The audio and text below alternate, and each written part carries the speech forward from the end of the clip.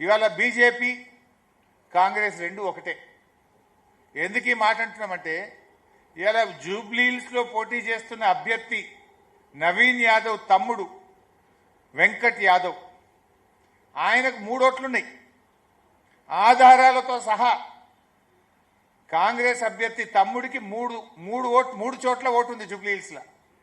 ఇది ఎక్కడిది అని మేము ఎలక్షన్ కమిషన్కి ఇచ్చాం, ఫిర్యాదు చేసినాం, కానీ దాని మీద యాక్షన్ లేదు. దాదాపు 25,000 ఓట్లు కొత్తగా నమోదైనాయి.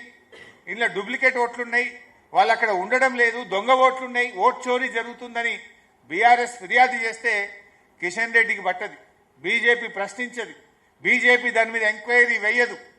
మీ చేతులు అధికారం ఉన్నా మీరు పట్టించుకోరు. ఇద్దరు కలిసింది కనుకనే అది జరగదు. మరి రాహుల్ గాంధీ కూడా దేశమంతా బీహార్లో పోయి ఓట్ చోరీ అంటాడు. తెలంగాణ ఓట్ చోరీ గురించి రాహుల్ గాంధీ గారు మాట్లాడారు. అంటే ఇలా బీజేపీ కాంగ్రెస్లు తెలంగాణలో రెండు